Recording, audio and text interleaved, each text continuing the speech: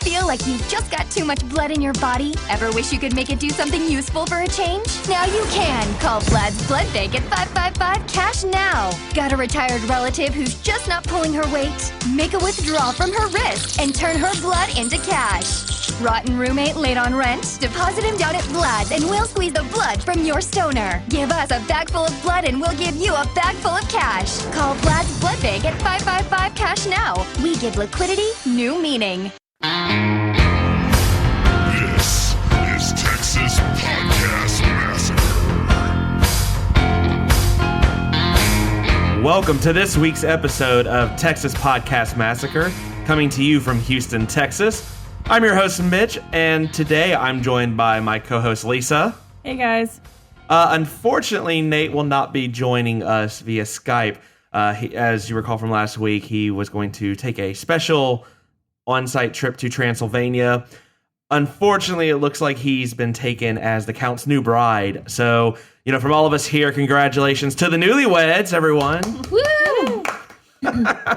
So again, each week on Texas Podcast Massacre, we take a look at a different horror movie. We discuss some news, and we have a little question or debate with our unsuspecting victims. This week, we're excited to have back the unstoppable trio, Jacqui, Josh, and Patricia. Welcome back. Hey, guys. How's it going? Good to be back. Yep, glad to be here, and I want to suck your blood. As you can probably guess, we're all in a vampire mood after watching Bram Stoker's Dracula today.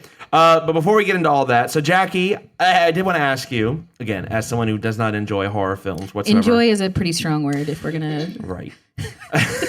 Are vampires... Well, okay, I'm curious. In general, are vampires to you still scary in a post-Twilight world? That's a good question, because when I was a kid, vampires were actually the one thing that freaked me out the most.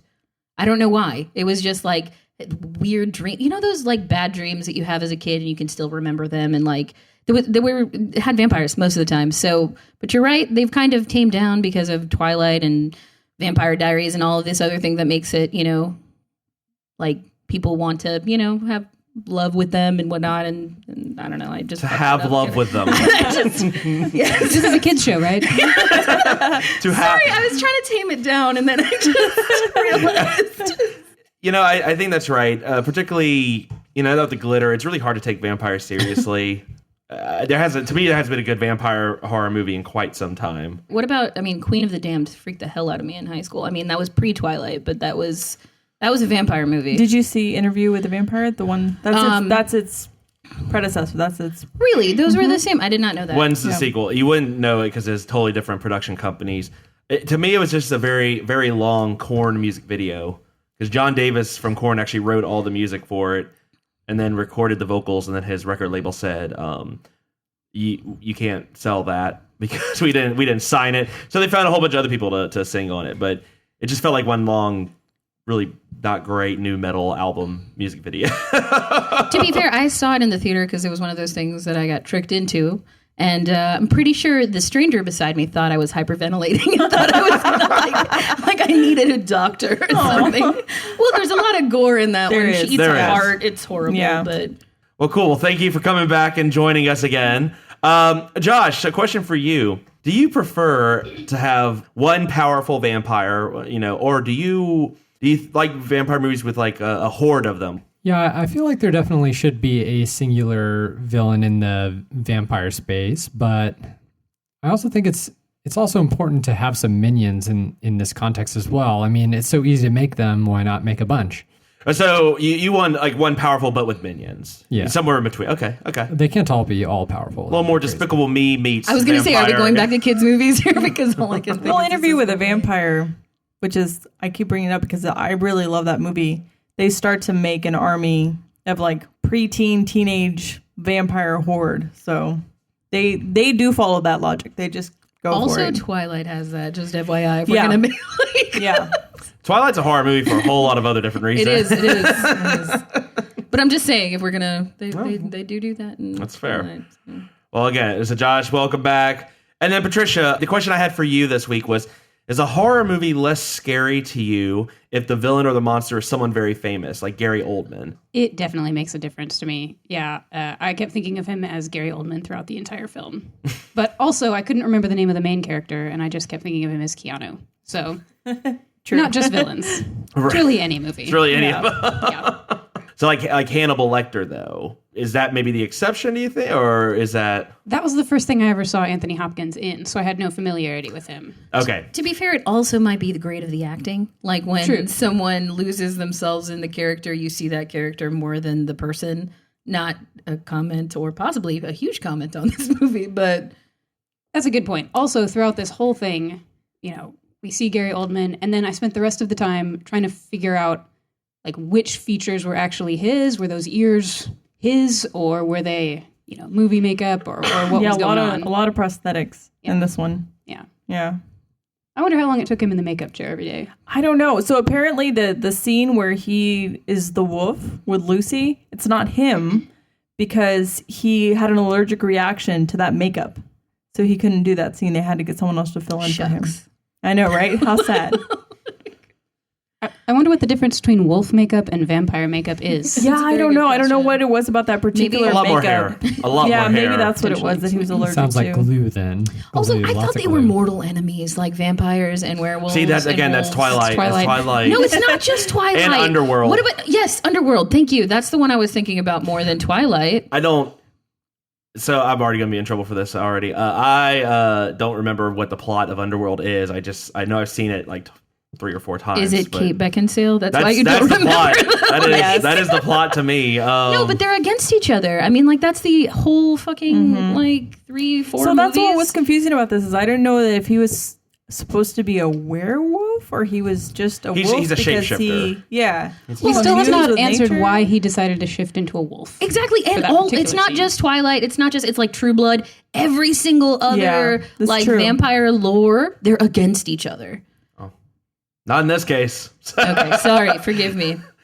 No, it's we'll get back to that. I think a little bit because there's a lot more to dissect about the wolf transformation and that specific scene with Lucy, which is like I'm gonna put Jesus I'm gonna press Christ. pause on that because I would like to first get into the news. First eyewitness account came from people who were understandably frightened and almost incoherent.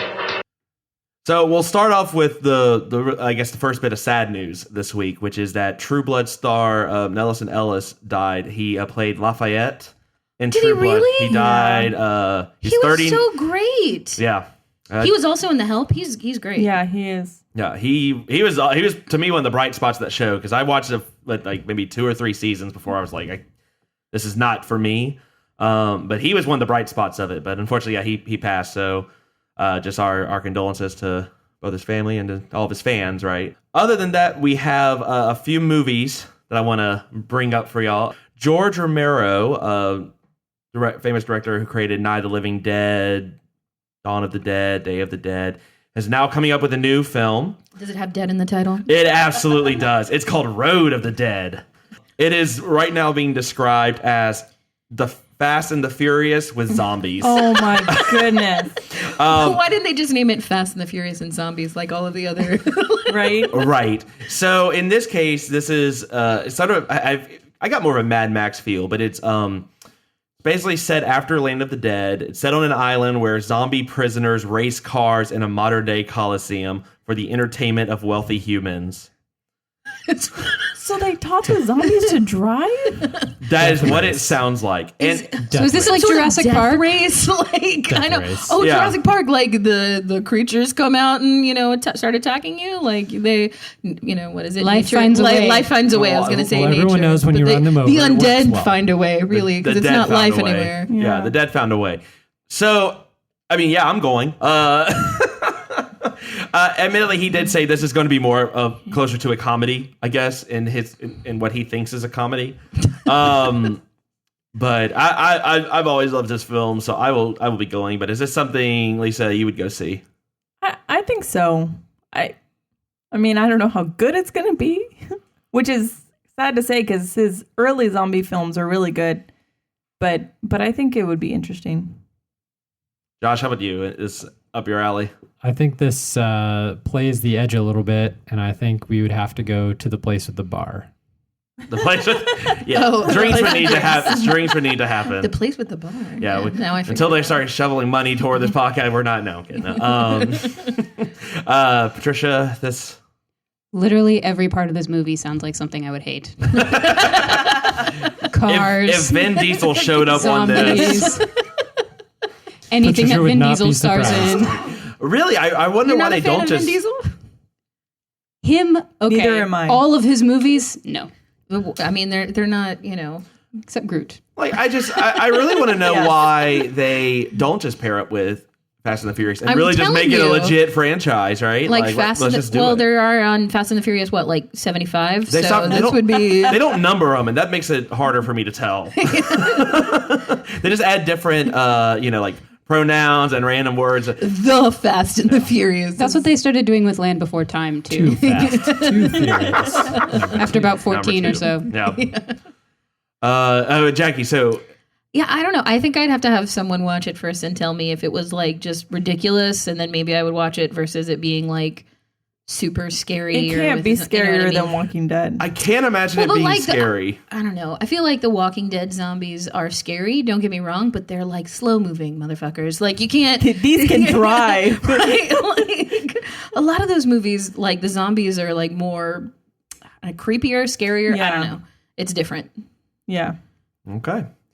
All right, well, so we got two other movies. Another one that's coming out, or at least there's some news on this week, is Eli Roth, the producer of Cabin Fever, Hostel, Green Inferno, is working on a new film called Haunt.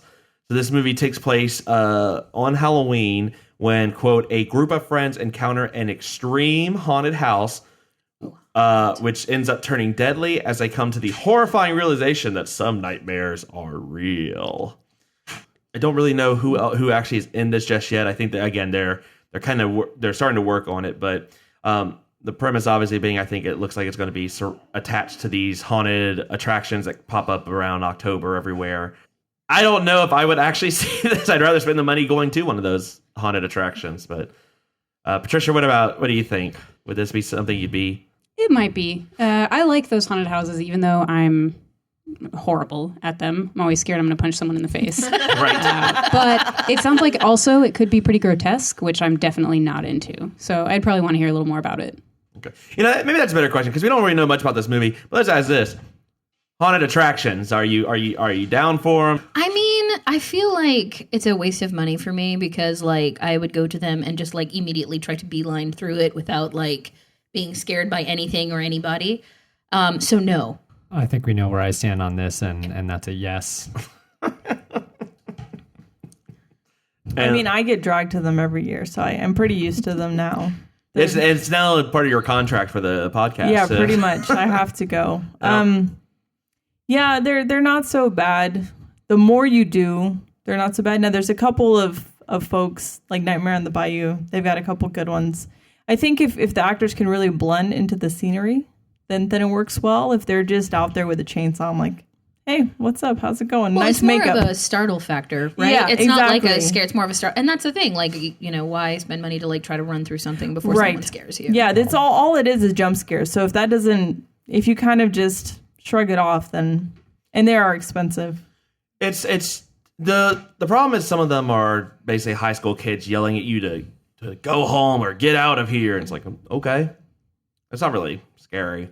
I don't know if I prefer. So I used to work in one back in college, and it sounds like a great idea when you first start off. Like, oh, great, this is gonna be awesome. I'm gonna scare people, and then you realize you give up all of your Halloween, your essentially like 4 days a week every October, basically working super late to do this. It gets very old and tiring after a while. You also got hit in the face with a flip-flop from someone who got scared. That's because I take a lot of pride in my job. And With a flip-flop. Oh, she took a flip-flop and whacked me right in the face. Hey, use what you got. Just whoosh.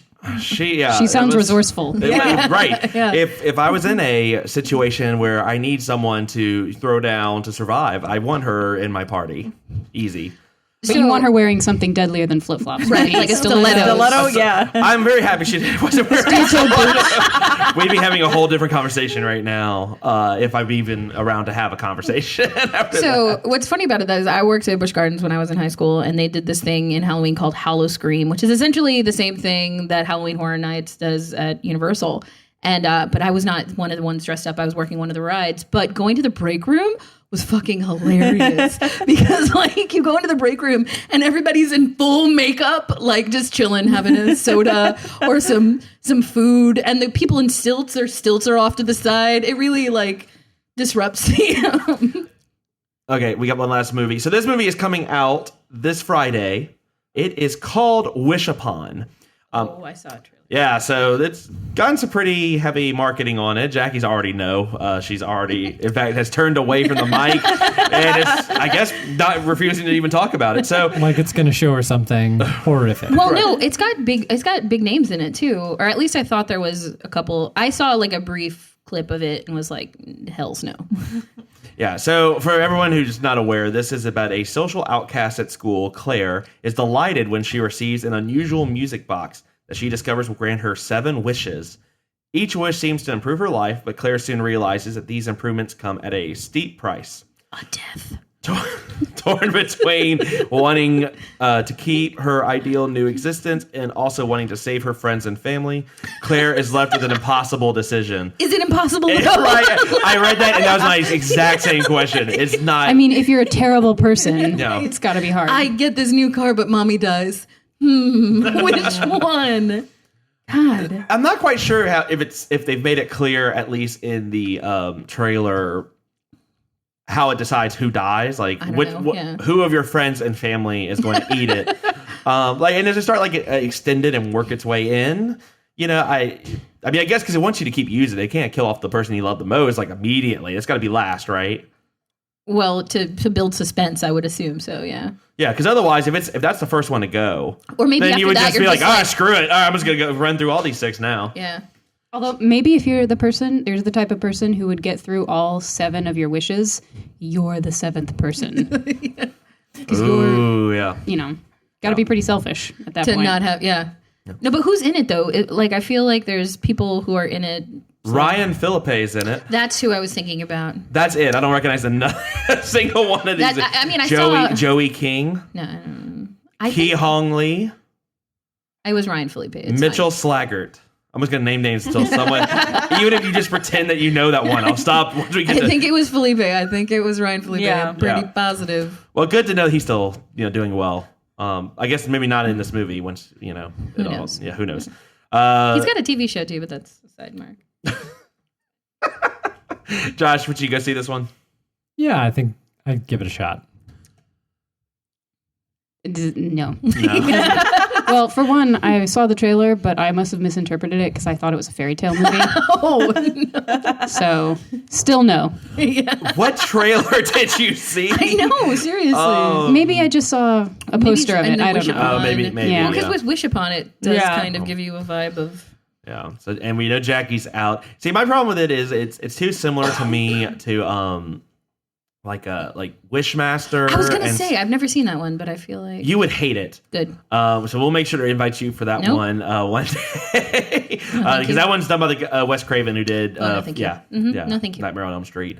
Okay, so that's it for the news. So with that being said, we're going to move on into our question of the week. You probably have quite a few opinions, but it's important to remember one thing. You're wrong. So, this week's film is Bram Stoker's Dracula, a very famous novel that is basically all like diary pages.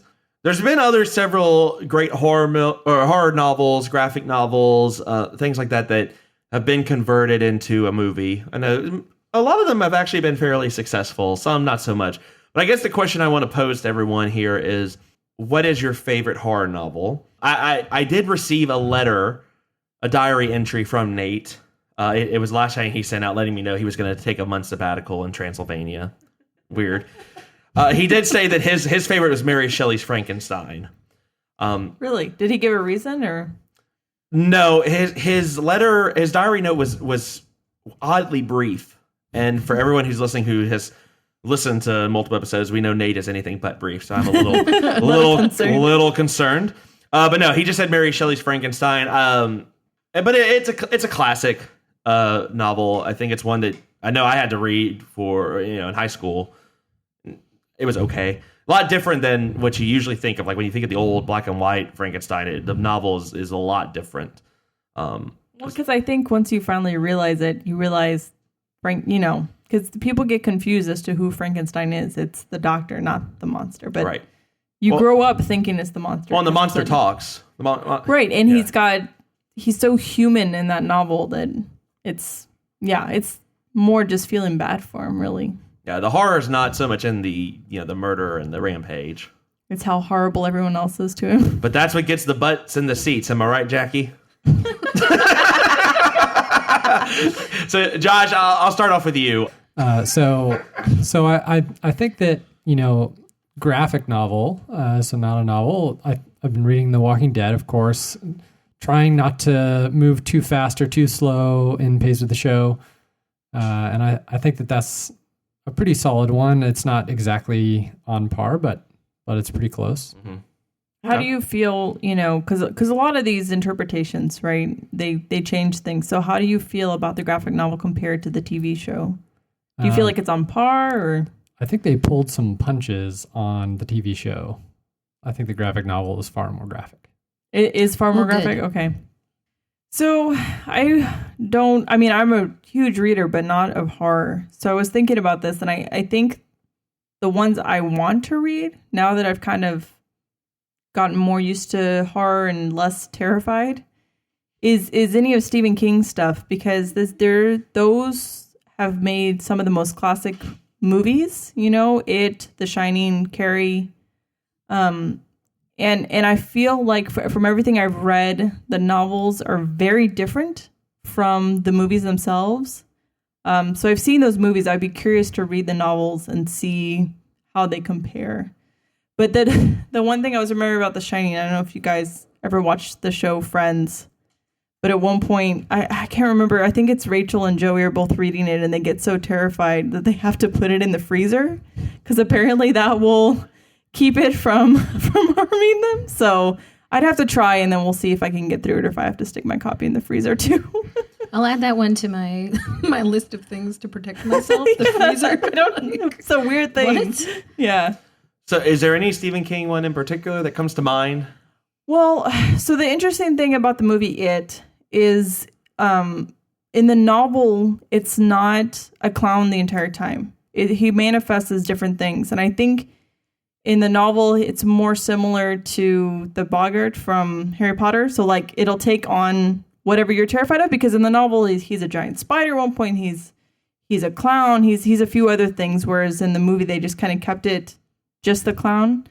So I'd be curious to read that one and see how different it is. That and The Shining, because I heard Stephen King didn't really like the movie. Yeah, I think he absolutely hated the what the end up product ended to be. So I'd be curious to see how good the novel is. Okay. Patricia, how about you? Okay, so like Lisa, I love reading, but definitely not horror. I'm not a huge horror fan in general, so I haven't actually, I don't think, have read any horror novels other than Frankenstein in high school. I have, however, tormented myself a few times by reading through the Reddit creepypasta stories, which are horrifying and terrifying and will keep you up at night if you have never been there. So, Jacqui, don't go there. Good to know. Patricia, is it on creepypasta? And if you haven't seen this, do not go look it up. It's terrifying. But there's... But let's talk about it. But you might have seen it, because I think it might have been on creepypasta at one point. There was like 2-sentence stories. Oh my gosh. Have you read those? Yes. Oh, those are terrifying. Yeah, they are. Yeah, it was create a scary story with using only 2 sentences. Yeah. And some of them are very, very good. I mean, they're Are they run-on sentences? No, they're two legit sentences, but That's a different thread. That's for our grammar Nazis and all that. You know, these. they're just really creepy. Grammar No, they're really good. horror. Actually, you might enjoy some of those. Really? Probably not. but- Probably not. Enjoy is a strong word. Yeah. You would think they were good. They're good quality. I'm sure sentences. they're good quality sentences. Your but- discomfort will be shorter in relation to the Right. length of the story. I don't know, because some of No. those stuck with me for Nope. Because I think See, all some of of this them. says no, Jacqui. Don't ever go to this site. Yeah, I think some of them they work because your mind kind of runs with it a little bit. It fills Yeah. in a lot of the details. And that you a have a good normal- imagination, Jacqui, so don't No, thank you. don't go there. Yeah. So Jacqui, I'm assuming that there's probably not a whole lot of horror novels Nope. or movie. Yeah. I mean, I love to read, but no, I've never. I mean, like, someone can easily force you or trick you into watching a movie. It's very difficult to do that in a book. Right. No, You just read keep reading this, it. It's fine. So, yeah, no, I've not read any horror. So nothing. You never read anything that scared you, or I mean- I'll open it up for you. Just I honestly, I mean, no, like maybe there are creepy elements to it or whatnot. Read some in high school. We had to read some Latin American authors, and they like the spirit world a lot. So a little bit of elements of ghosts and stuff, but nothing that scared me that I was Right. like, oh, I can't read this anymore. okay. Sorry, Nothing you wanted It's- to put in the no, I have freezer. no answer for this Yeah. because No, why in God's name would I subject myself to reading something over a long extended period of time that would only make myself afraid? Every night before and- bed. Exactly. Every night before bed too. Like, no. Well, there you go. All right. Well, maybe I'd be interested, to have you read something. Nope. And to talk. Oh my God. All right. So You can probably trick her into reading a 2-sentence horror story. potentially. Well, yeah, because by the time she gets done with it, she's like, nope.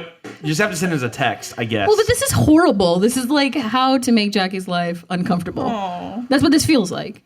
Well, that's why I kept access to your DVR so I could put I could start recording haunted. I know, but you said stuff beforehand, so I was like, I'm not that. goddamn I'm not motherfucker. that. You put it I'm like not that mean. I know. You did record some. No, I mean, I was going. I did do it. I'm going to follow stuff. through, but at least I gave you the heads up.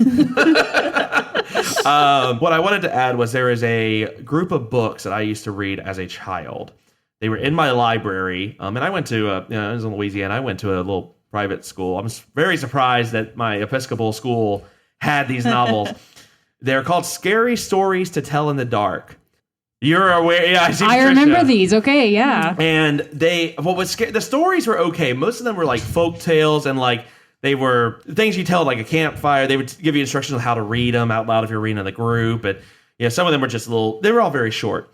The illustrations in the original books were terrifying. I don't know. I really enjoyed them, but they definitely, there were some scary stories in there that were terrifying in there.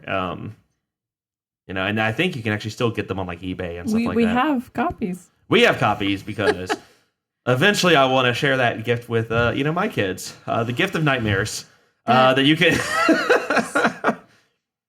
Feels so wrong. It does. All right. I think we all got to have a lot to say about this 1992 classic, Bram Stoker's Dracula. Vampires do exist. Can take on many forms. He is both young and old. He can appear as mist, as vapor, as the fog. And he can vanish at will. The power of his evil desire has no end.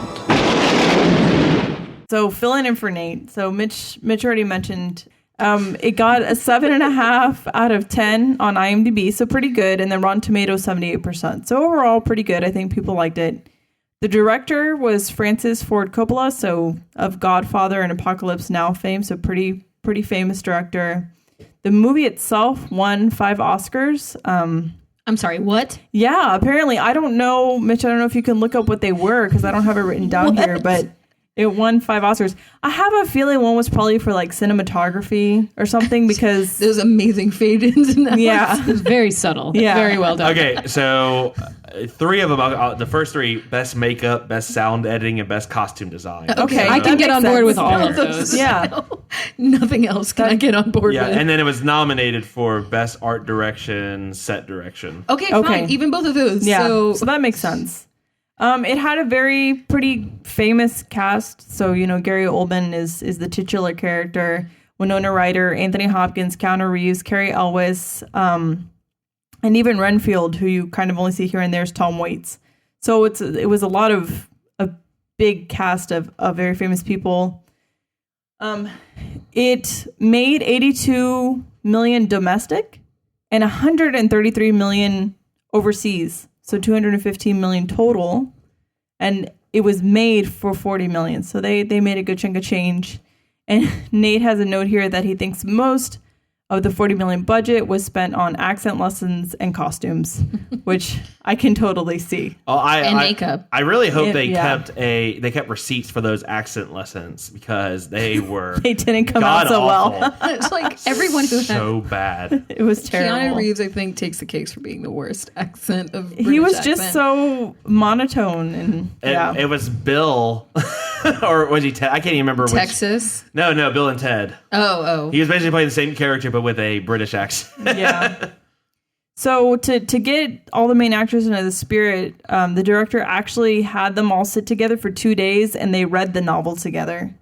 So they went aloud, or yeah, like aloud. I think as the parts of the characters, they kind of did it like you know how you do the table read of the script. They actually did it of the novel to get them into that.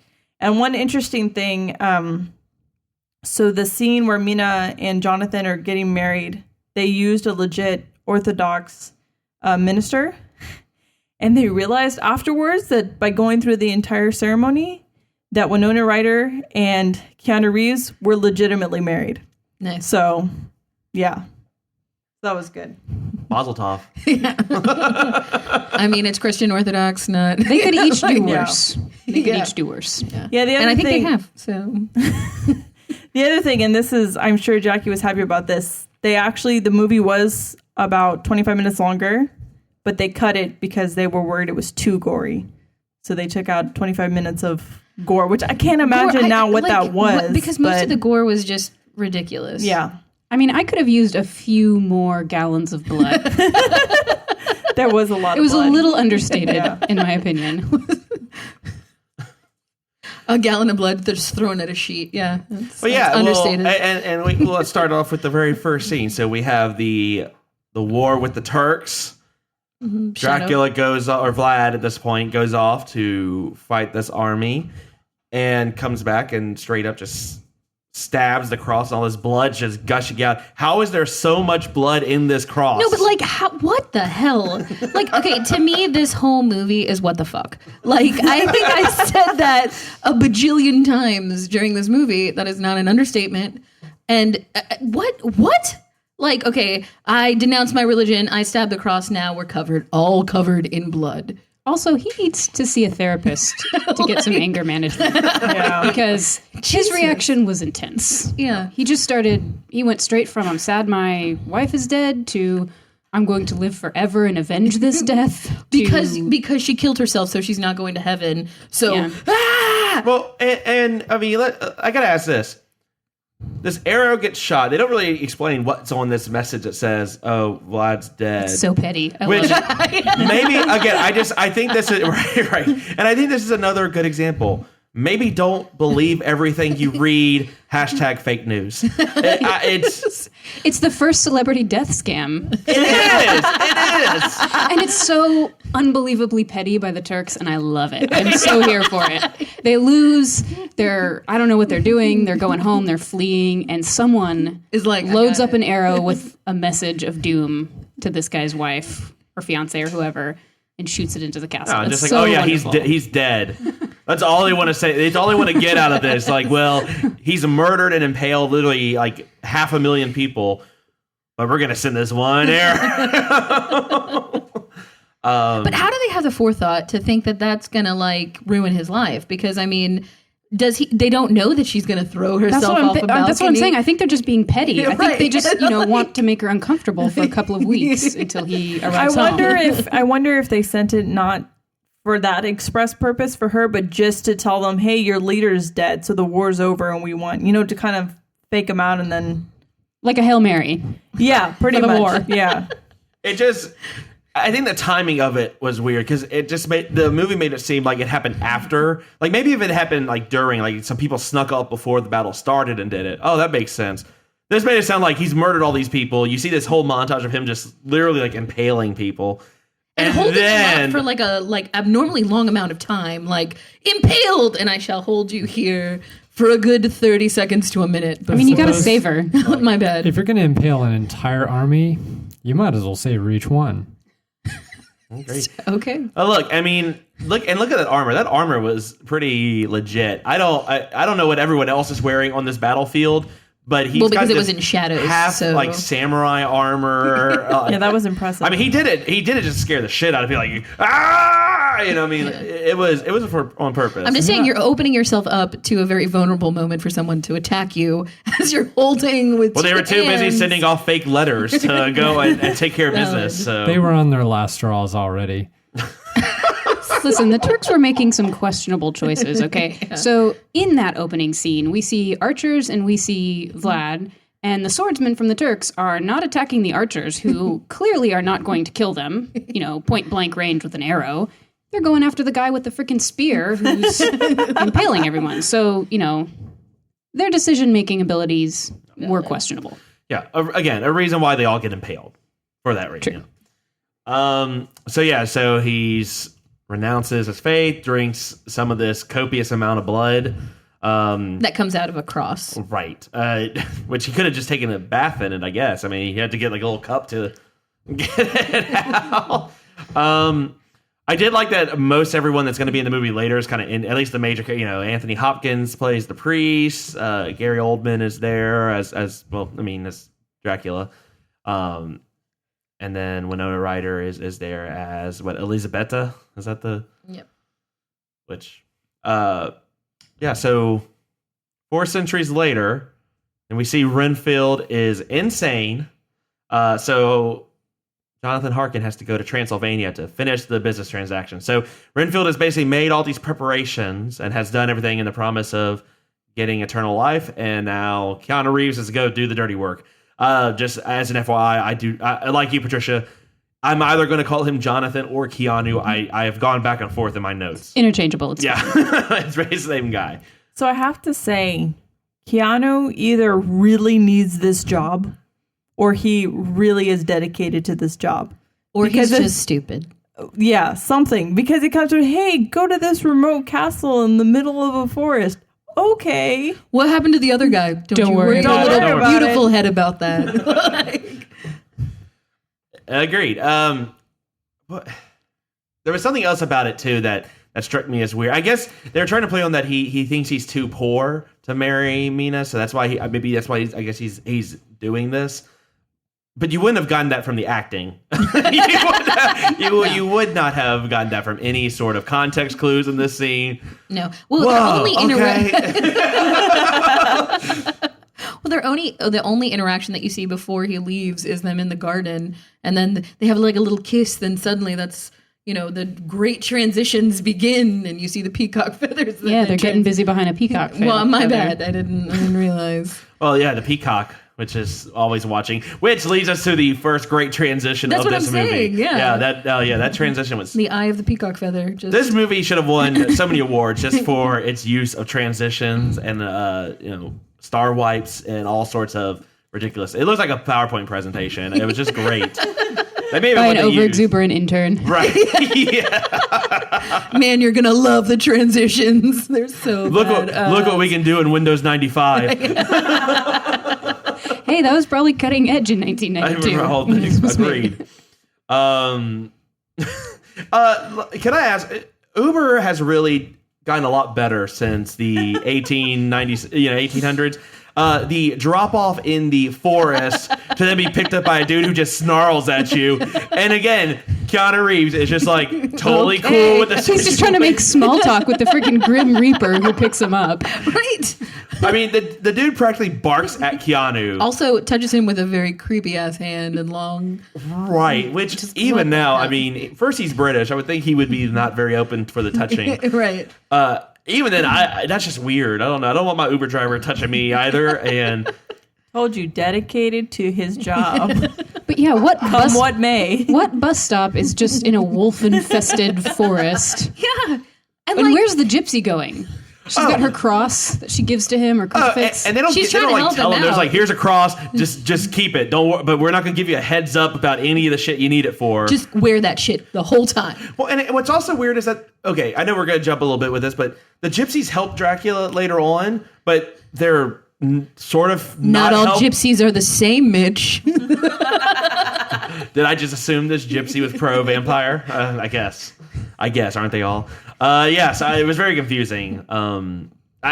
Worst Uber service, worst drop-offs. I mean, it's... why? Well, but he gets out like willingly, like, okay. Yeah. Oh, there's wolves here. Okay. But is someone going to come get me? No? Okay, I'll just stay with the wolves. It's fine. I mean, this is a guy that when he meets Dracula gets worried that he offended him all of a sudden. Like, I don't know. Keanu is an example.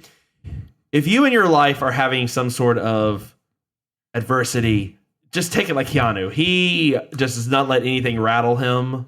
I mean, not even Dracula homoerotically shaving him does he get even a little bit like. No. So that, I know we're jumping around a little bit, but that scene where he licks the blood off with a razor, apparently they filmed that scene really late in the night. It was like 1 a.m. or something. And Gary Oldman was drunk. So you can kind of see it a little bit, but I'm like, that is the most dangerous scene to film with someone while drunk. you're drunk, just like got a blade on your tongue. But he pulled it off really. I mean, it was well done, but it was weird. It was real weird. I mean, that whole scene was weird. And apparently that room that they were in, they had the walls on like rollers, so cast or like crew members were pushing the walls in subtly, so you get like that claustrophobic feeling. Yeah. Oh, that's cool. There's a lot of cool. If only the acting in this movie could match all the other cool things that they were doing to try to make this a little bigger.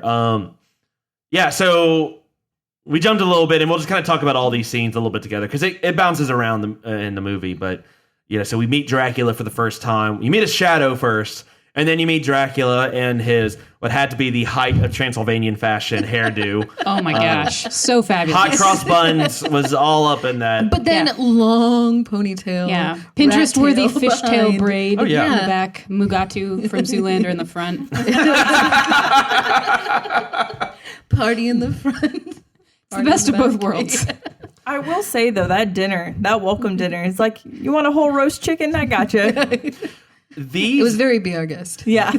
These puns, let me tell you, were Batman and Robin, Mr. Freeze, Arnold Schwarzenegger level bad.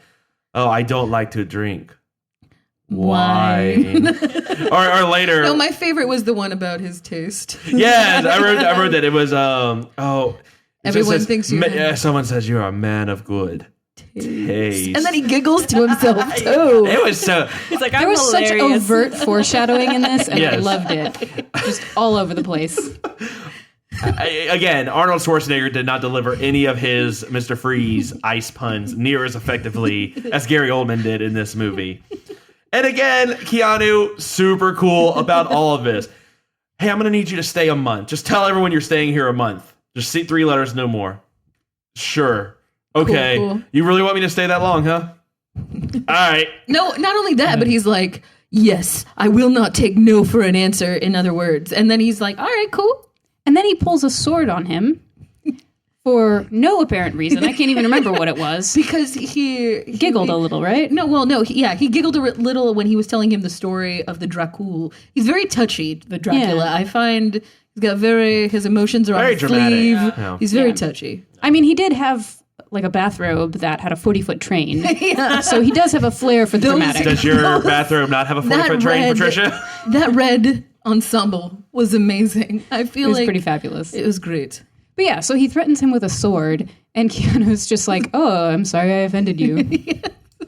And he pulls out the sword, which where he got the sword, I'm not quite sure. Just the sword just shows up. Do you want Wonder Woman? It was on his back. He just In his ponytail. I think he pulled it off the wall. It probably was in the ponytail.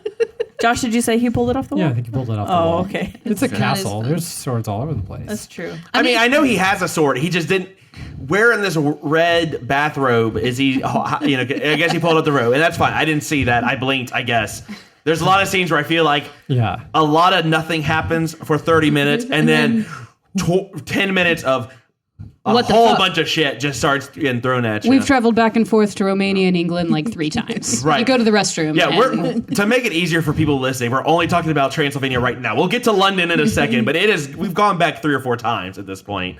And then the shaving scene, Keanu still doesn't lose his shit when the door closes on its own. Yeah. Very clearly. Oh, I don't see a reflection. Oh, the mirror just shatters. He's still like, I'm gonna let this dude just hold a razor blade. Also, he like moonwalks over. Yeah. It was like and this dude's so just floating around in the room. No big deal. and strangely erotic. We hadn't really established that this was a strangely erotic film. No, but the whole film was. But this scene was very homoerotic, right? Because he like licks the knife. It's very weird, and then he starts shaving him, and you're got like those weird fingers, right? And he's touching him, and it's like, what is happening right now? Yeah, that's why it's so weird when they have that first scene with Jonathan and Mina. And they're so coy about it, like they kiss and then they cut away, Right. and it's so chill. And then everything else is It's just just we're just gonna go for it. overtly Yeah. like sexual, Yeah. down to the reading material that people have. Well, For all of its sexuality, though, I really think, getting an award for best makeup, I think that they did a great job making him seem extremely creepy. Yes, definitely. And the makeup really sold that. I mean, his performance as well, but the makeup, I think, really helped sell Gary that. Oldman, I'll say, he was committed to the role. I didn't feel like he was mailing it in like a majority of the other people in this movie. Definitely. Before the movie, I was asking Lisa if this was, when Gary Oldman was still very sexy and young, and she kind of equivocated, didn't really want to answer me straight, and I definitely got it when I saw the makeup. We're like, oh wait, that's Gary Oldman. Oh, I see. Right. Okay. Ugh, that's all. Under all that makeup. So while all this is happening, let's go back to London for a little bit. Wait, sorry. There's No, one go ahead. more Sorry. scene after that. Well, no, we're gonna come back to that. I know. him crawling on that one. Yeah. Well, no. Oh, on the wall. On the wall. Well, yeah. Yeah. No, that's about when he still loses it and he doesn't. That's right yeah. after he shaves. No, you're right. him. You're right. So- Sorry, it was just like so weird because Keanu is essentially like, oh, he's just climbing up the wall. It's cool, and his lovely long train of Yeah. a pajama set is just At a point, Flagg's got to be just testing him. Like, when is he gonna lose a shit? Like, Yeah. I'm just gonna keep pushing it. But I think he knew because he had already written the letters and he didn't want to put in there that he was scared. So he was trying to act chill about it. Is that And, what that was? Yeah. He was like, no, I'm okay. I'm not scared yet. It's all cool. It's all all cool. good. You I want to think shave me? Go for it. I think that I like it. I think that because right after the shaving is when he started freaking out about the wolves and Yeah. everything else. I think that's when but again, you would not have conveyed that this was building from anything else with his acting. But so let's go back to London now. We meet Mina, who is staying with Lucy. She's waiting for Jonathan to return, and she explains that she's a school teacher, not a very good one. I'll add that. She has a copy of Arabian Nights. For an unexplained reason. We never learned No, she just has why. it. But opens it right to the I page. think we all know why she has Arabian Nights, and we're about to get to it. Well, she opens this page and she says she's totally disgusted because it's a very graphic picture of It's porn. two people having it's 1890s porn, and It's probably softcore porn even today.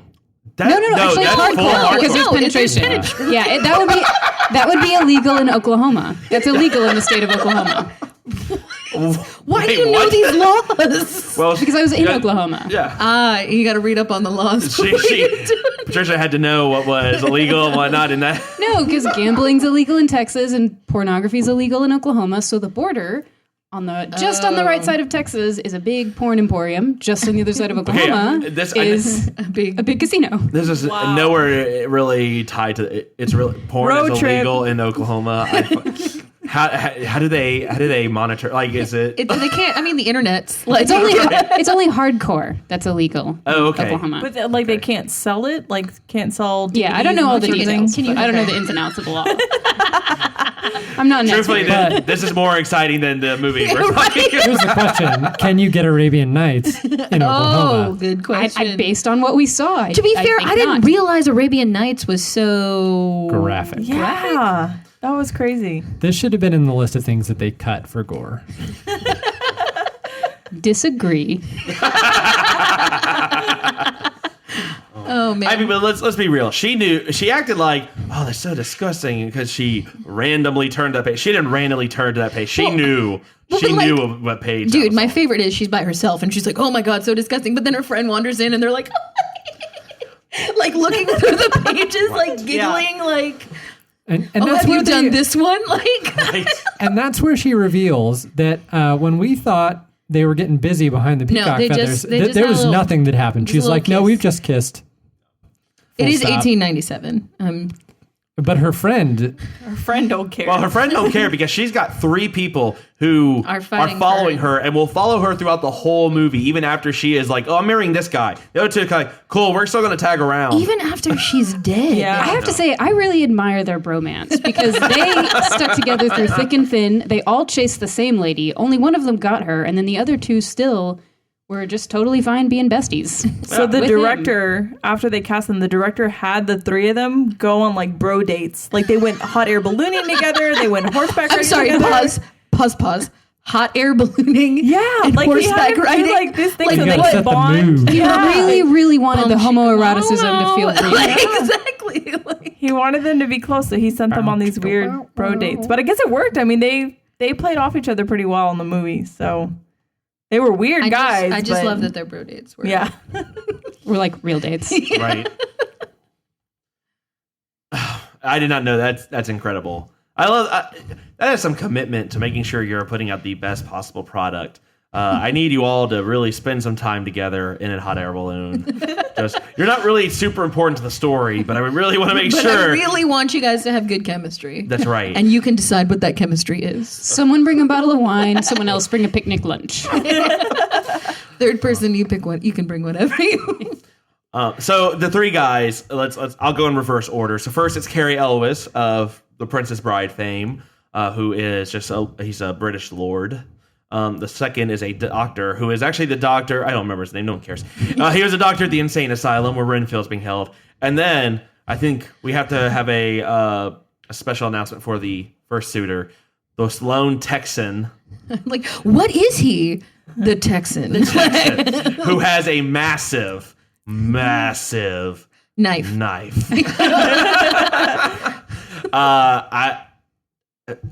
That happened. The phrases the Texan has. Did he ad-lib these? Did Coppola like come up? Those are the facts I want to know. And what's He's purely really authentic. Texan. Like all of these things.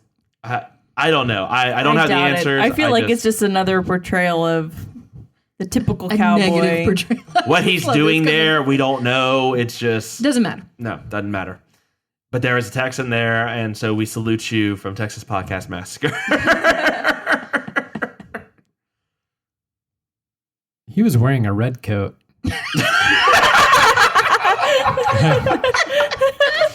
Oh, you know what? This is more than 100 years after the revolution. Just to I let know. But you know what? But- Hey, some loyalties never die.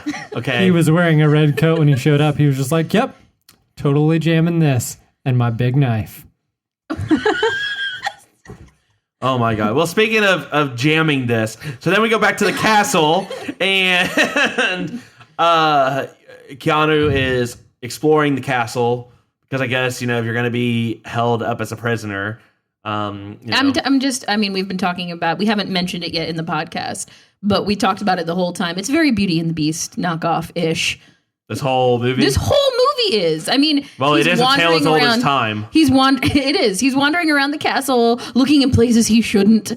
Looking for that red rose, dropping, Yeah. dropping this petals. was the year after Beauty and the Beast, so I have a feeling Francis Ford Coppola saw Beauty and the Beast. It's like, I can work with that. Even the beginning where he gets dropped off in the middle of wolf country. Yeah. The only difference is he gets, you're right, because they do even have the big ballroom dance later with all the floating candles. Yeah. And me singing the Beauty and the Beast song while it was happening, probably I don't think that was intended originally, but it happened. And It added to the ambiance. It did. But what Beauty and Beast doesn't have though is a four-way. Four-way. I think there were three chicks, right? At what point do you call it an orgy? Is it at 4? I don't know. Patricia?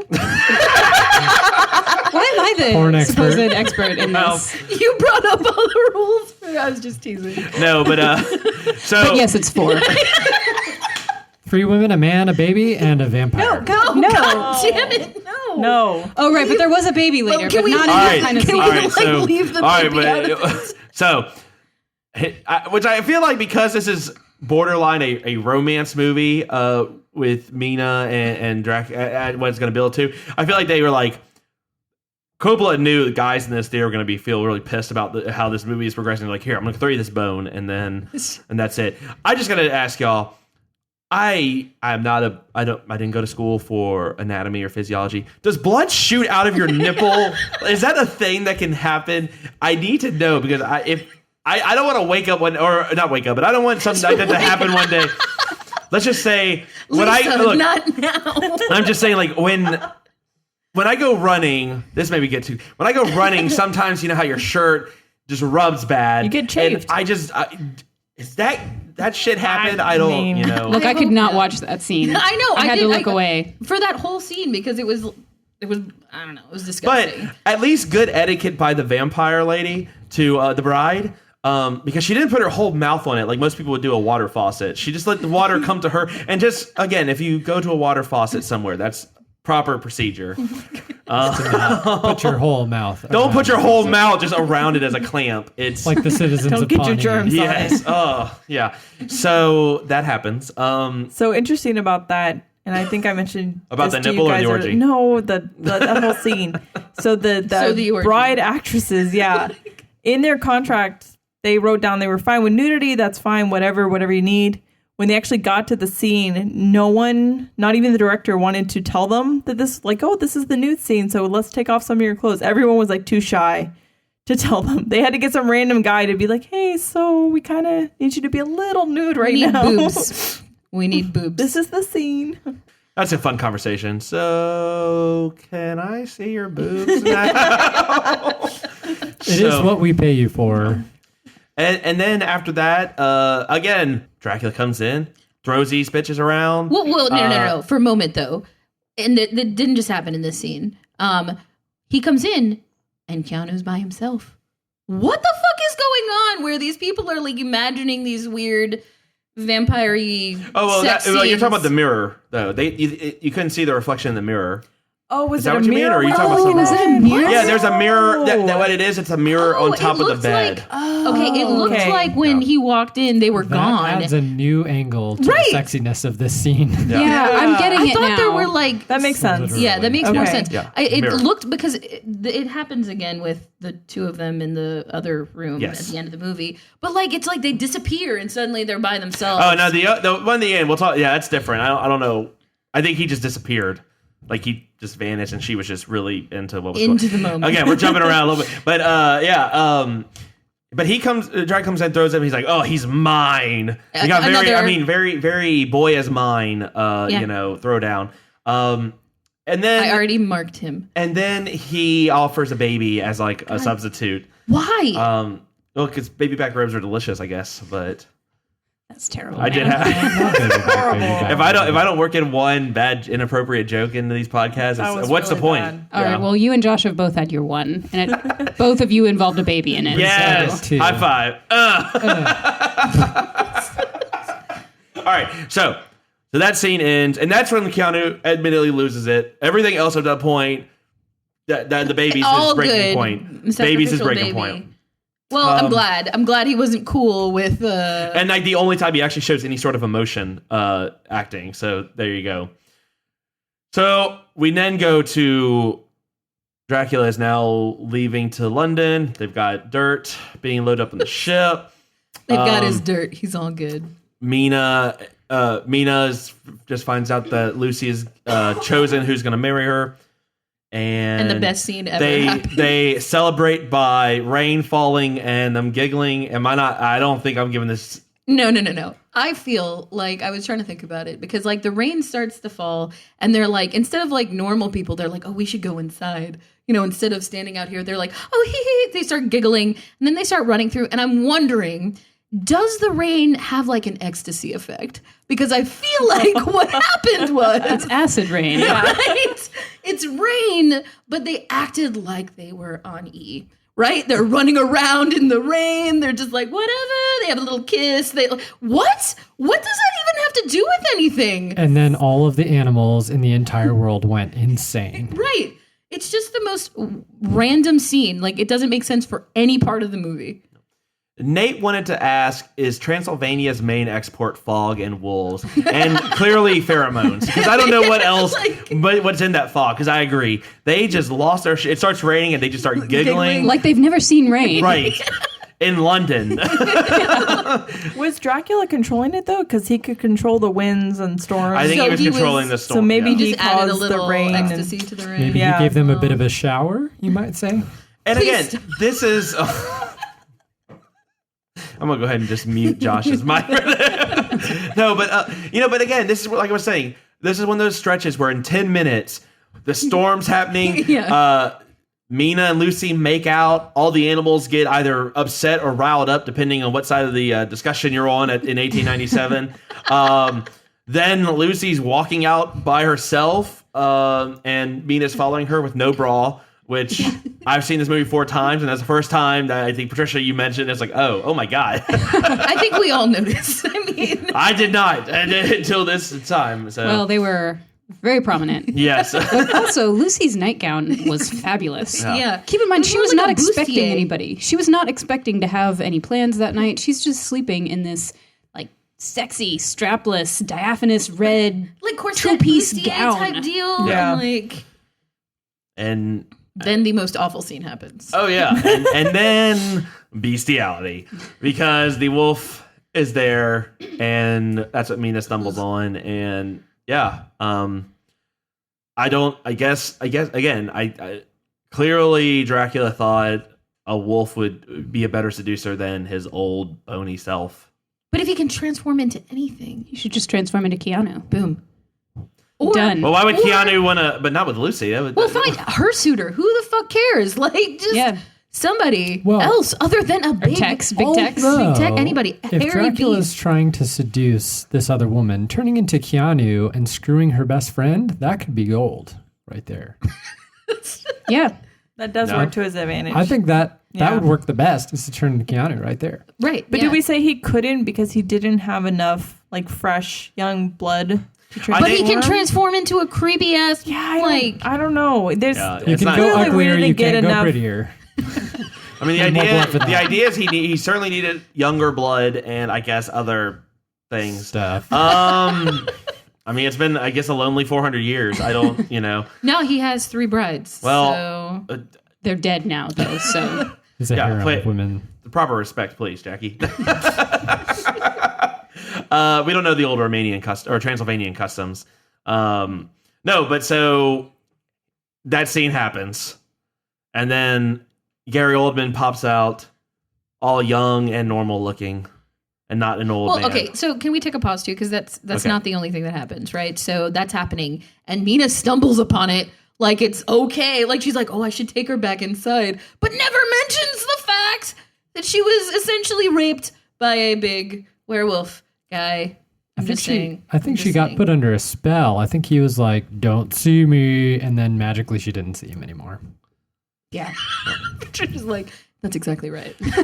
Like, what? Nate wrote Dracula is Transylvanian for date rape.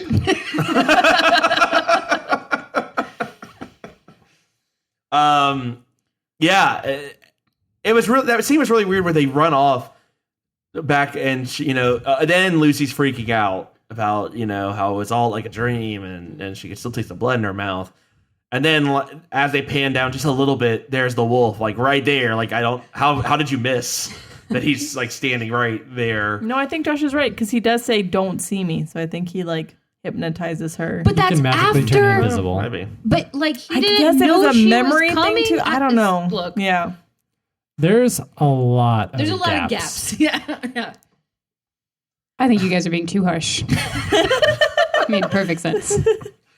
Oh, Lord. So then he officially arrives in London as his younger normal. I guess normal is not really his beautiful younger hair. self. With Yes. beautiful hair. Yes. No more fishtail And what a top hat. That top hat was at least 5 stories tall. Yeah. And those glasses. It's just the whole thing. It's very Willy Wonka. Yeah, very. Very. I don't really have a whole lot to say. He tries to basically pull Mina away, and the bait's going ahead and biting her, and then he stops because again it's his wife, and he don't want his love of his life. He don't want to condemn her to this. He has some restraint. But she is so wishy-washy during that whole thing. At first, she's like, "Excuse me, sir, leave me the hell alone." Then he's like, "Oh, I'm so sorry." She's like, "Oh, sorry, I was being rude. Let me take you to the movies." Right, but it was like back and forth. But then he like essentially drags her down. She doesn't know he's about to bite her, so it looks like he's trying to rape her. And then afterwards, oh, it's all good. We can be friends. Yeah, it was very odd.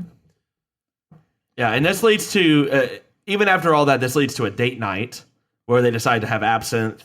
Yeah. And apparently absinthe makes the heart grow fonder.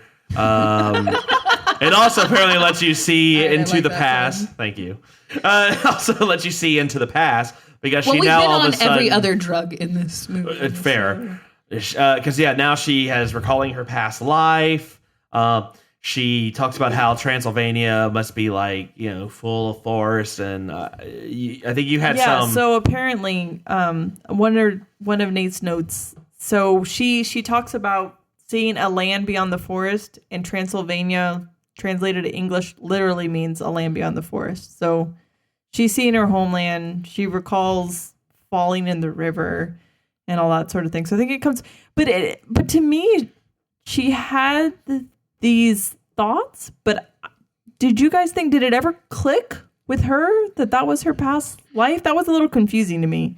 Yeah, I don't know. I have to say, the whole premise of her existence is kind of confusing to me because, she kills herself in the very beginning of the film, and, mentions that, they'll see each other in heaven or whatever in her suicide note, which...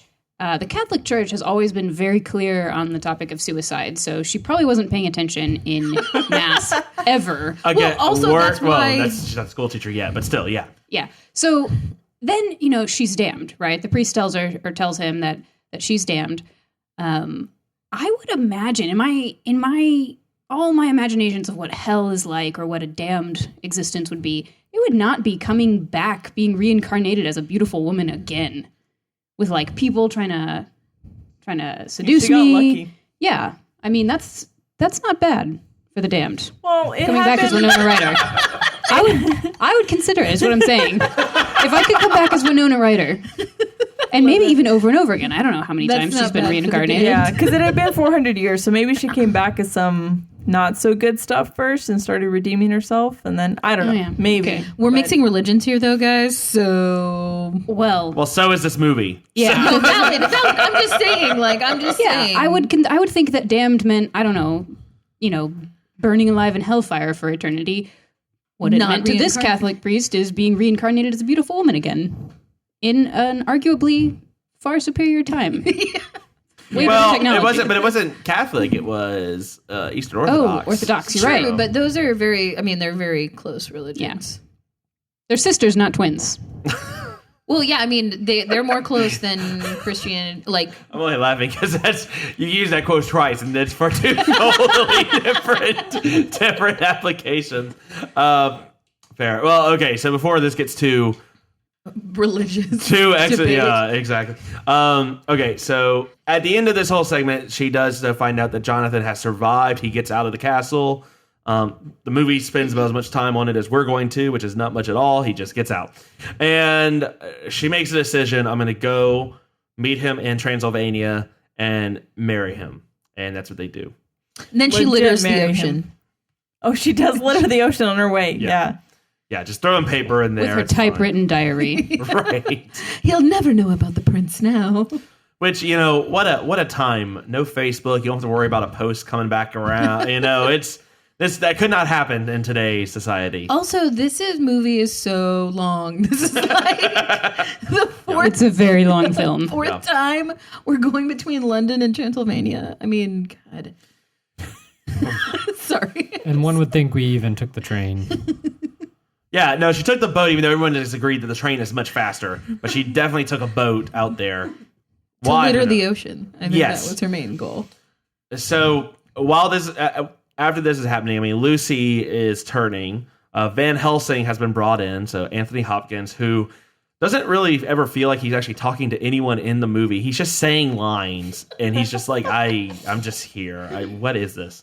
So first he does a blood transfusion and some other things, and I don't think that's how science works. Like they just dump blood, and it's like, yeah, blood's fine. Just go ahead and your blood is fine. We know you're compatible. Just go ahead and just do it. Yeah. You guys are getting married, right? So should be good.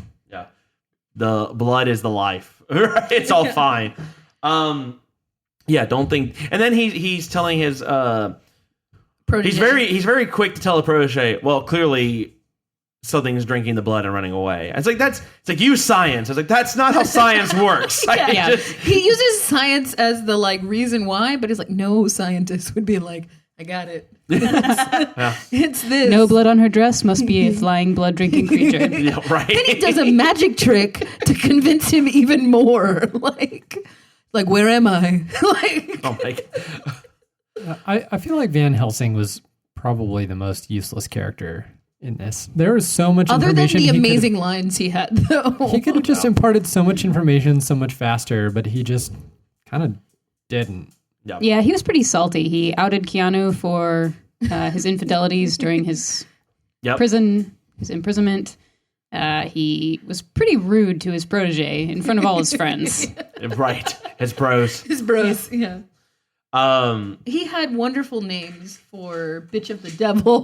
Oh yeah, so yeah, whore of Satan, bitch of the devil, Satan's concubine. Yeah, he could turn a phrase. Let's almost on equality with the Texan. Right. So at this point, Lucy ends up turning after being mutilated by a wolf. And then all this blood just shoots out. So again, more blood for you, Patricia, where it's just shooting from the sides of the walls inexplicably somehow. So the blood was red jelly, and I'm starting to think whoever they ordered it from just sent them way too much, and they're like, "Hey, we got to use it somewhere." They had a bumper crop of strawberries that year. So. Well, just remember there was 25 minutes of film removed. Yeah. So that means they had already filmed 25 minutes worth of all this extra blood that they just didn't use.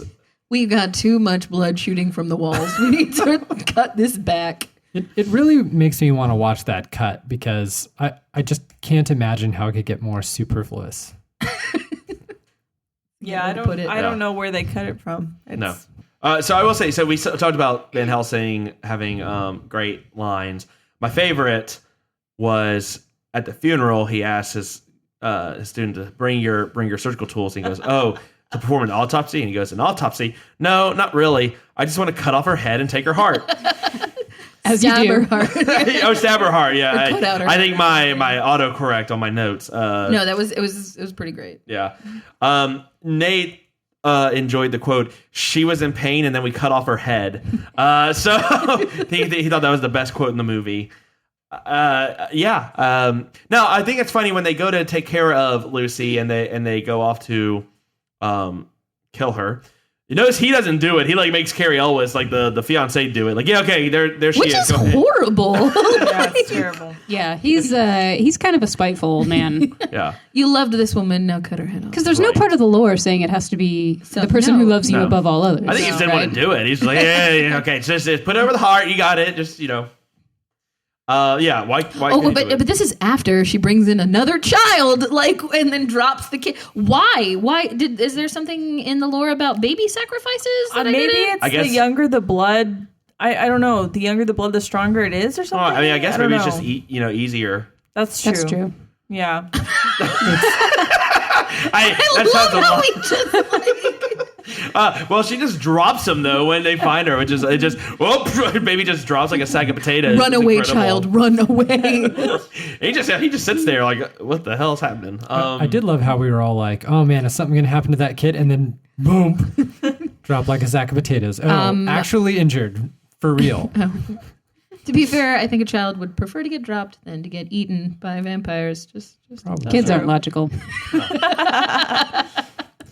I did write that Cary Elwes is the only actor actually trying in this movie. Like, he's yelling at Van Helsing when he's freaking out. And Van Helsing's just like, yeah, so just put this over her heart. And so, he's just flat delivering every line.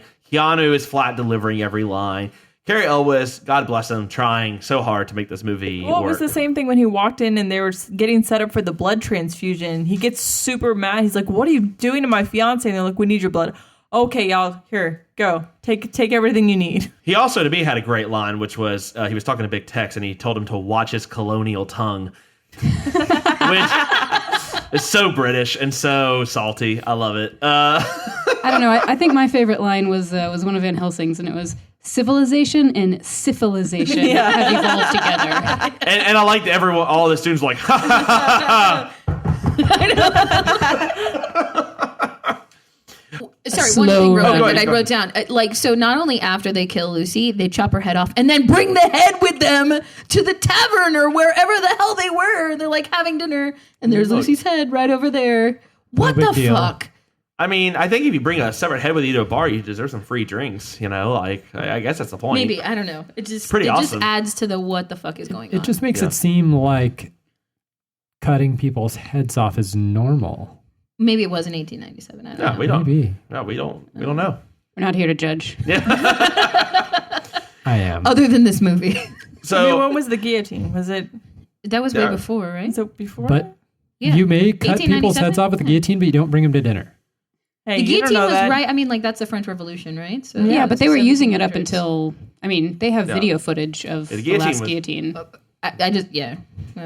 At best, those things end up on a pike outside the castle walls. True, as a warning. The good old days. I don't know. That's what I don't know. A simpler time. I don't know that's what a good wingman brings to a bar. What a head. But yeah, a head of the woman you loved. Nothing says single like. Look who's back on the market, ladies. Want to come with me? Trust me, your head won't come off. Oh God.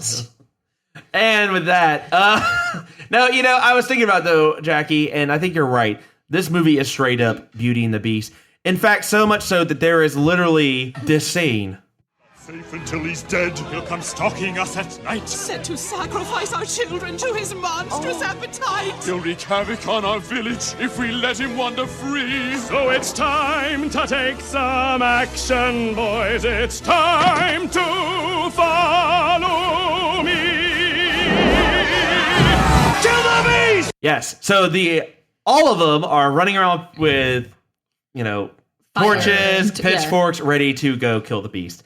This is straight up Beauty and the Beast. This whole movie is. Absolutely. Yeah. And what happens? What's her name? Winona Ryder is like, no, don't kill him. Don't hurt him. I'm just saying. It's straight up Beauty and the Beast. I'm busy sucking his cut. How long have you been waiting to say that, Josh? He's had that one packed away. It's been locked and loaded. Yeah. So while they're off burning a bunch of his shit, I guess, she changes her mind again and is like, once that clearly Green Mist is a better lover than Jonathan was after, Because, she changed her mind and says, no, you're the one. I've always wanted to be with you. And then she gets really mad at him for killing Lucy, but then she doesn't. She's not very sure. I don't know. She's just losing all sense at this point. But yes, so she is with Dracula. He cuts open his chest. He doesn't want to make her a vampire, but she says, no, take me away. I want to do this. So she drinks his blood, sucks his cut, as you will. And this scene was just altogether weird and odd. And, after everything else that has happened, it's just like, I feel like the tagline for this movie should just be uncomfortably erotic. Right. Because every scene, even like writhing in pain, is somewhat got erotic undertones. It's like, what is happening? Yeah. A lot of moaning. A lot of moaning. A lot of And writhing. writhing. Yeah. And again, I just wrote that this is the worst school teacher ever. They've already told her several times that vampires are real, that Dracula drinks blood, that all this has happened, and then she's like, "Tell me, what are you? What kind?" It's like, how are you teaching children? How are you responsible for them? It's a simpler time, I guess. I don't know. Anything you able to say about this whole scene? I mean, right around this time, they all actually, there's a big confrontation. He disappears again. Yeah, he disappears as a whole big thing of rats, which is pretty legit. I don't know if he became rats. His turn, he disappeared and the rats are just left. I wasn't clear. Yeah, I think it's him. well, because they were like, "Oh, we got to burn all these." It was like Gotcha. the cutscene was like, "Oh yeah, we got to burn all these rats." Yeah, No big deal. yeah, it was okay. I like their brute force approach to getting rid of Dracula. Chopping up all the coffins and boxes and burning some rats. Which did Jonathan forget that he owned 10 properties in London, all of them full of dirt, and they're like, took care of the one house. Oh, we're good, we're fine.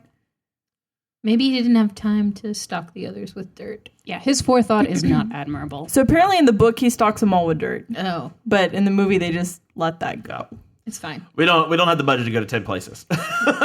Maybe that's where God. a lot more of the gore Thank was. God. I know, thank God, 'cause that movie was long enough. Imagine going to 9 other houses. There were a lot of trains and boats. Well, and and trips that's already. I can't even keep track. And so when we get to this Disgusting last, scenes. when we get to this last piece, when we get to this piece, to your point, I mean, there's only 15 minutes left of this movie for the final. We're going to deal with Dracula, where they go to Transylvania. So, they go into the train. They're on the train.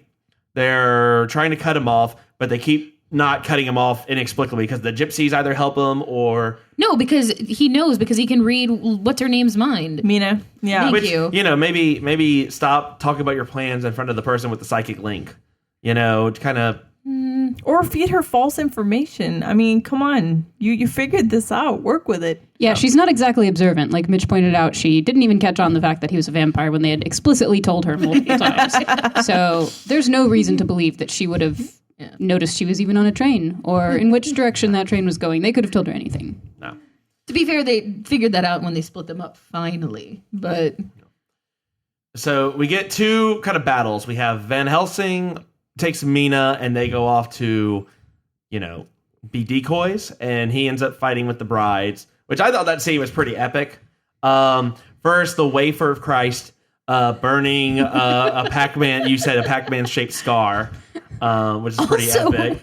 how long was he carrying around a blessed? Hey, you never know. You never You never know when you're going to need got it. multiple purposes. You never know when you're going to need Well, the but body he knew of how Christ. to You never get it. know. Yeah. Get it instantly too. Like he had it in his pocket, like readily That's available. where you keep the body And of it wasn't Christ crumbled at all. readily available. right.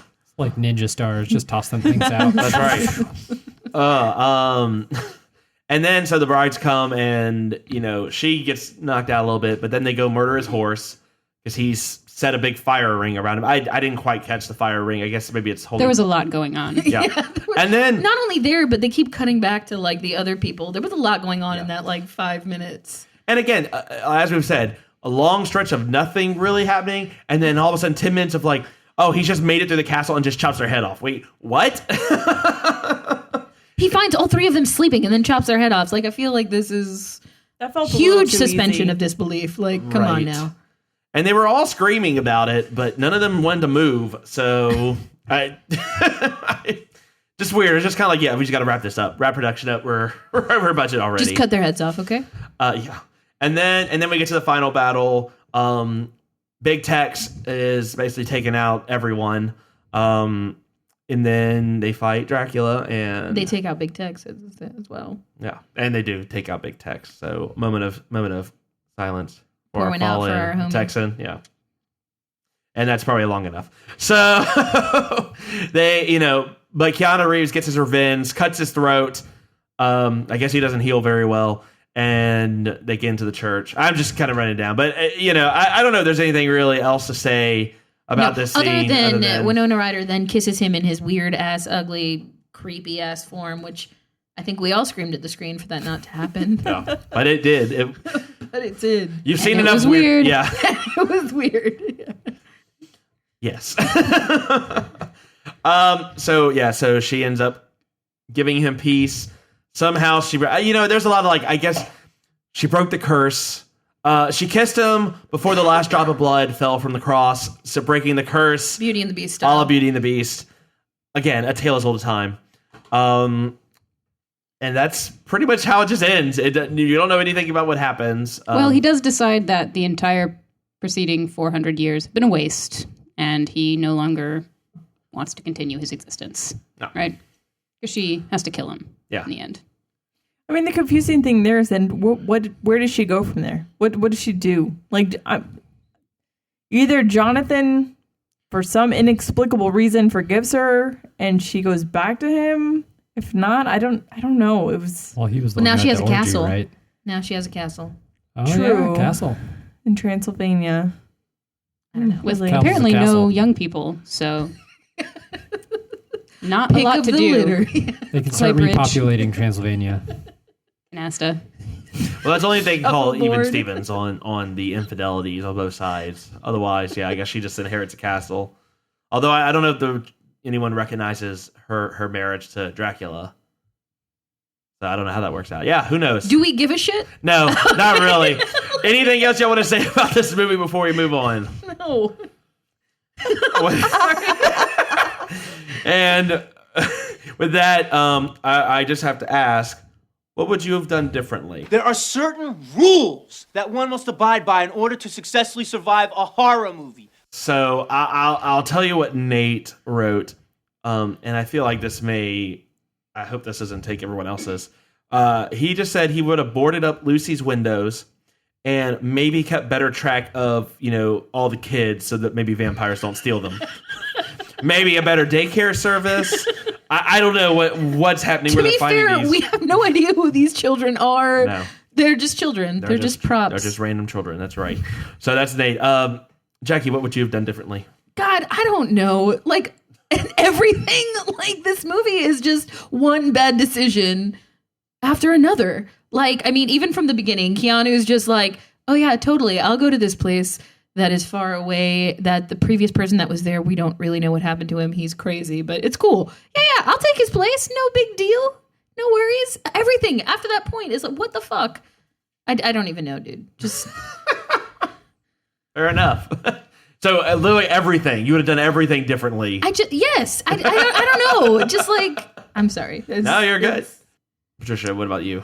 So I'd go back even a little further than that. I have to say, that priest, just that in the very beginning, what is wrong with him? That's a good You've got point. Vlad the Impaler, who has evidently single-handedly defeated the Turks, comes home, heartbroken because his wife has killed herself. The one consolation he has is that she says, we will meet in heaven. And this priest says, by the way, did you know she's damned? And that starts the whole chain of events. What the hell is wrong with this guy? Maybe just keep that in your back pocket, Yeah, right? maybe don't rub salt in that wound just yet. Right. Just be like, look, we need to have a talk. But like next week when you're feeling a little better, Bring a casserole, do something helpful. Helpful and normal. Agreed. Josh. I think that it was pretty impressive that they managed to find her body from the river. She jumped out of a castle into the river, died, and then they magically found her and brought her back. I thought that would have been a good opportunity to be like, I don't know, she lived. Right, like who found her? He did. Who started that search party? We can barely find people who die in rivers now, let alone back then in the dark mist with the rain and the wolves. And again, it's not like there was a road along the river. I feel like that would have taken a significantly longer time than it did. And her body was super pristine, intact. It was a little bloody, Just a which little was blood. weird. Just A little bit, blood just from a the mouth. tiny bit. See, I feel like Coming you out of guys her are mouth just of all things. substituting one bad decision for another, though. I don't know how telling him your wife betrayed you is going to end better. Right. Maybe he doesn't Well, denounce his religion at that point. Yeah. That's true. Because when you denounce your religion and then stab a cross, blood flows everywhere. And that's now a fact that we know. Let's not try that. No, he might just become a religious fanatic. Yeah, true. Lisa, what Be better. what would you have done differently? So 2 things. Lisa has this all mapped out. I love Yeah, I it. got this. So one of them, they didn't, and I was a little disappointed in this. They didn't really explain Renfield that well. Other than kinda that, he just- ate bugs. Right, you kind of just see this insane guy, and you get a little glimpse of the fact that he was in Transylvania, and he was like his most loyal and devoted servant.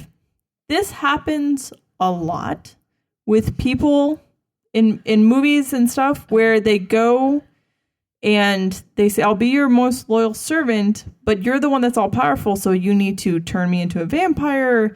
You need to give me eternal life. You know, in the case of Voldemort. Give me legs. Like Ariel. Yeah, like Yes. Ariel, yeah. But for the crazy I like how we just threw in Little Mermaid. Continue. for the crazy servants, they make all these promises to them, but they never get what they want. So look, Get what you want up front is what you're saying. Bingo, right? Okay, so Wormtail, this guy, and it's happened every time they do Dracula. He's got a Renfield who's like his devoted servant who wants to be eternal, and he's always like, yeah, next week I'll turn you. Don't worry, just hang on. time. Yeah, I'd be like, no, now or I'm out, dude. We're done. That's right. Why would Dracula be so stingy with that? It's not hard, and the stakes are so high. Yeah, I don't know, but that happens a lot. So I'm like, if you're gonna enter into some sort of agreement, get it up Because front. This is 1897, and I don't think you could be a bride of Dracula. A same-sex bride of Dracula. That's not legal yet. England is way more progressive. Well, but this is Transylvania. So I mean, what you do in your home, no one knows about. He shaved Keanu. Okay, He I'm did. sure. The thought on my mind is maybe he just doesn't want to reveal his cut. What?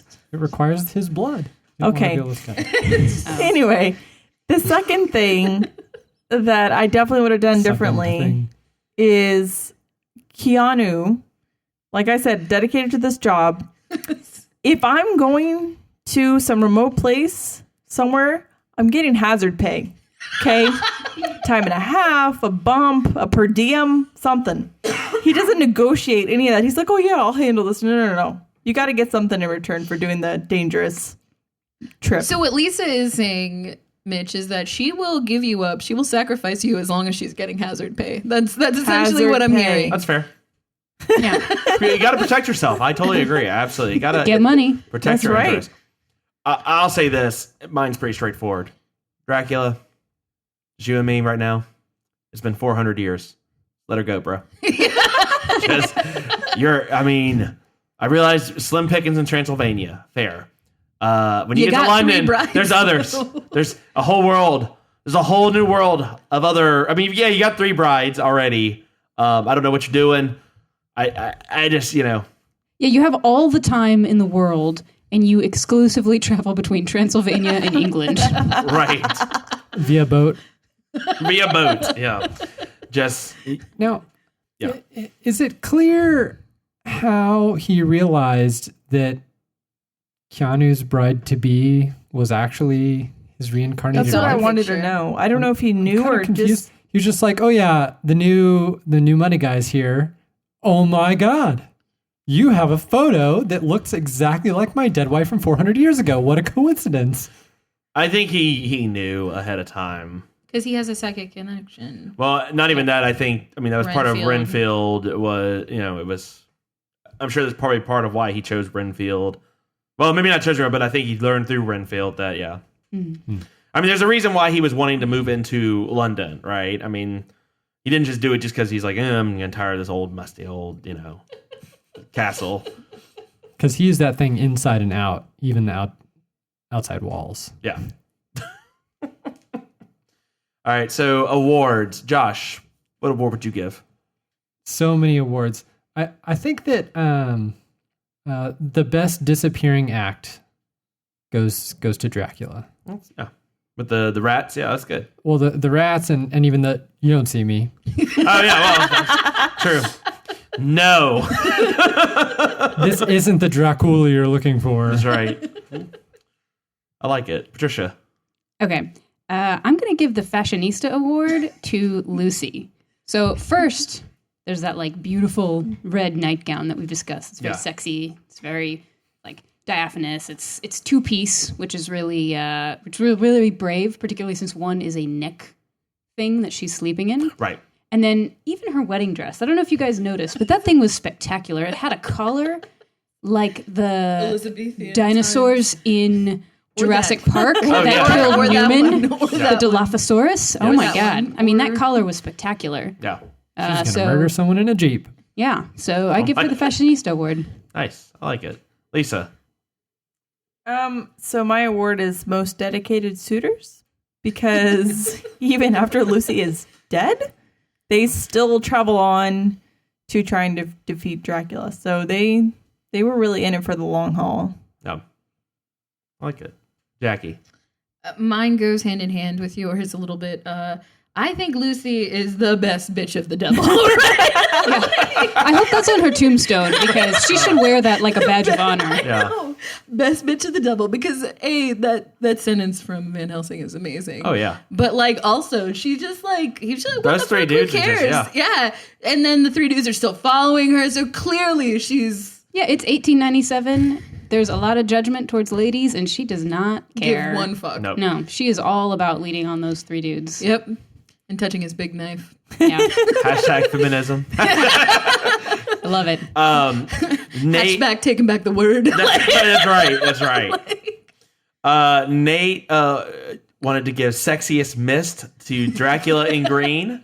And I'm going to give the Be Our Guest Award to The Devil's Bride. I mean, very weird, but admittedly, that is that's one hell of a welcome into a... It's one you won't feast forget. you're looking Yeah. for. All right. Yeah. Wow. All of that leads us to our final segment. Final cut. So Nate, I'll go ahead and Nate's. I have a feeling set the ceiling for this. Nate gave this 8 out of 10 runaway shadows. I, however, maybe, and I will see if this. I'm curious if this where y'all sit in the slider for this. I, on the other hand, gave it 6 out of 10 chapters of Arabian Nights. Clearly, you know, I know Nate probably really thought this is. I mean, it's a classic film. First off. It is very, very well produced, very visually stunning. And I mean, if you think in context, 1992, I mean, those graphics are amazing. To me, though, it just drags, and then it drags in the wrong parts, and it goes too quick in the wrong parts. You know, it's The pacing is not. the pacing's not weird, great. and yeah, it's a little on the long side for me. Lisa, as our other co-host, I'm going to give it 5 out of 10 nip slips. fantastic. I did enjoy it. It was good. I just think it dragged on. Yeah, Yeah. Jacqui. I give it 2 out of 10 sacrificial babies. Because, like, well, I mean, like, there were 2 babies. I'm just saying. There were. No, I thought about giving it what the fucks, but I gave I would give too many of those because I said, like, this movie, I don't know. I agree. It was the pacing was off. The storyline was what the fuck. Every time it was like, what the fuck is going on in this movie? I can't quite tell. The plot line, the characters, the acting, it was all over the place. Yeah. I guess we should be glad it was only 2 hours because isn't Godfather like 3.5 or It's something? long. Yeah. But it's phenomenal. It's a much better movie Right. than this True. is. I feel like But it does. might There be are okay points where you're with- like, man, maybe that's style. Patricia, how about you? Okay, I give it 5 out of 10 frolics in the rain. Nice. And the sexy daytime rain. Yeah, Sexy daytime rain. Yeah. It's weird because I feel like if you're really into horror movies and you're into the kind that make you jump, there's not a lot of jumps in here. If you're into a lot of suspense, there's really not a whole lot of suspense here either. If you're into buckets and buckets of blood, like this is your movie. Yeah. And also if you're into kind of, the gothic, I don't know, literature or genre, maybe this is for you too, but it wasn't quite up my alley. Yeah. I agree. I didn't find it. I think similarly, I didn't really find it as much of a horror film. I know it's classified that because of it's the novel, but Josh, how about you? I think Patricia's review is a great segue into mine, which was 4 out of 10 blood buckets. Nice. I really felt like this didn't provide me much joy. So, like... He's very into Cone Marie right now, so if it doesn't bring you joy, we're getting rid of it. Interesting. So you know, when you finish out an evil villain, you're supposed to feel something. I just felt like I didn't give two. We're gonna need to check craps. the tape on when you finish out a villain. Which happened a lot in this movie. You're supposed to feel something. Granted, so Usually relief. Like, oh man, thank God that guy's gone. a sense of accomplishment. Would you say a sense That could be one of the things. Euphoria, maybe. Euphoria, accomplishment, reprieve, Sleepiness. I felt sleepiness, but hunger that was before. sometimes. Sometimes hunger. No, sorry, John. So 4 out of 10. So you are our lowest score of the. I said 2, dude. You said 2? Yeah. I wasn't listening. It's okay. No, look, I've got a lot of production stuff over here. So okay, so we went from 2 to 8. This is definitely a wide range of scores here. So, well, all right. Well, thank you 3 once again for joining us. Again, a little bloodier than the last movie, so I think we're stepping you up, Jacqui. I mean, I guess. It was bloodier because it was like buckets of blood. Well, It was ridiculous. True. Yeah. Don't forget about that nipple spray. Come on. And on that, Lisa, where can they find us if they want to chat with us about what we thought about this movie? On Twitter at TXPod Massacre and online at TexasPodcastMassacre.com. Awesome. Well, once again, thank y'all so much for joining us. And thank you, listeners, for tuning in. We'll be back next week with an all-new episode, so see you next time.